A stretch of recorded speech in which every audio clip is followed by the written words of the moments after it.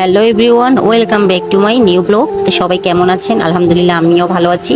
তো আজকে নিয়ে আসছি নতুন একটি রেসিপি, নতুন সবজি দিয়ে নতুন একটি রেসিপি। এখানে দেখতে পাচ্ছেন কই মাছ আছে আর সবজি আছে। এখানে হচ্ছে দুন্দুল আলু আর হচ্ছে কই মাছ দিয়ে দারুণ একটি রেসিপি করেছি। তো সম্পূর্ণ ভিডিওটা প্রথম থেকে শেষ অবধি দেখবেন। তো চলে গেলাম রান্নার প্রসেসিংয়েতে। এখানে আমি আলু কেটে নিয়েছি, পেঁয়াজ কেটে নিয়েছি, দুন্দুল কেটে নিয়েছি আর কাঁচামরিচ কেটে নিয়েছি। এখানে আমি কই মাছটাও ভেজে নিয়েছি। তো আজকে কই মাছ দিয়েই আমি দুন্দুল দিয়ে রান্না করব, অসাধারণ একটি রেসিপি। তো চলে গেলাম রান্নার প্রসেসিংয়েতে। কড়াই বসিয়ে দিয়েছি, দিয়ে দিলাম পরিমাণ মতো সয়াবিন তেল। সয়াবিন তেলটা দিয়ে এখন পরিমাণ মতো পেঁয়াজ কুচি দিয়ে কাঁচা লঙ্কা কুচি দিয়ে ভালো করে পেঁয়াজটাকে আমি লাল করে ভেজে নেব। আর তারপর আমি দিয়ে দেবো একে একে মশলা। তো প্রথমে আমি হলুদ গুঁড়ো দিয়েছি, তারপর আমি দিয়েছি মরিচ গুঁড়ো। আর ঝালটা আপনাদের স্বাদ অনুযায়ী দিতে পারেন, কোনো সমস্যা নেই। আমি ঝাল একটু বেশি খাই, তাই একটু বেশি করেই দিই। আর এখানে দিয়ে দিচ্ছি স্বাদ অনুযায়ী লবণ।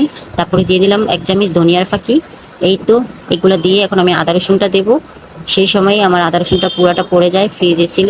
তো এটাকে আমি পরে বটিটাও দিয়ে কেটে পরে এটার সাথে মশলাটার সাথে আমি অ্যাড করে নিয়েছি। চাইলে আপনারা আদা রসুনটা ব্যবহার নাও করতে পারেন, কোনো সমস্যা নেই।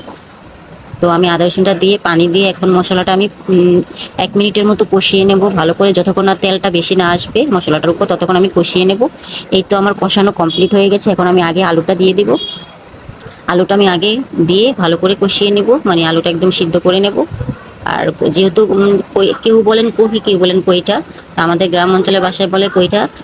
না, কইটা বলি না, দুন্দুল বলি। যাই হোক, এই দুন্দুলটা আপনারা সুন্দর করে আগে কেটে ধুয়ে তারপরে প্রসেসিং করে কাটবেন।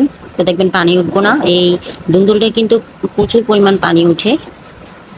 তো এই তো আমার আলুটা কিন্তু সিদ্ধ হয়ে গেছে। আমি প্রায় 2-3 মিনিটের মতো আলুটা সিদ্ধ করে নিয়েছিলাম। এখন আমি দিয়ে দিলাম দুন্দুলটা দিয়ে ভালো করে কষিয়ে নেব। তো কিছুক্ষণের জন্য আমি ঢাকনা দিয়ে ঢেকে রাখবো। এই তো দেখেন দুন্দুল থেকে প্রচুর পানি উঠেছে। যেহেতু আমার আলুটা সিদ্ধ করা আছে, সেজন্য আর বেশি সময় লাগবে না। এখন আমি ভেজে রাখা কই মাছটা দিয়ে দেব। এই তো কই মাছটা দিয়ে আমি একটু ভালো করে মাছগুলো নেড়ে চেড়ে দিলাম।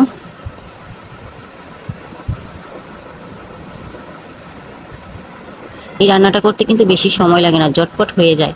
তো এই তো রান্নাটা আমার হয়েই গেছে। এখন আমি জিরার ফাঁকি দিয়ে দিলাম। বাসায় যেহেতু ধনেপাতা নেই, তো জিরার ফাঁকিটা দিয়ে ভালো করে আবার একটু নেড়ে চেড়ে দেবো। আলহামদুলিল্লাহ, আমার তরকারিটা হয়ে গেছে। দেখতেই পাচ্ছেন মাশাআল্লাহ খুবই সুন্দর হয়েছে। তো আপনারাও কিন্তু বাসায় একবার ট্রাই করে খেয়ে দেখবেন, অসম্ভব মজা হয়। আজকের ভিডিওটা আমার কেমন হলো সবাই কিন্তু একটু কমেন্টস করে জানাবেন। আমাদের বাসায় এই তরকারিটা সবাই খুবই পছন্দ করে, সেজন্য আমার রান্না করা হয়। তো সবাই ভালো থাকবেন, সুস্থ থাকবেন। আবারও আসবো নতুন কোনো ভিডিও নিয়ে। আল্লাহ হাফেজ।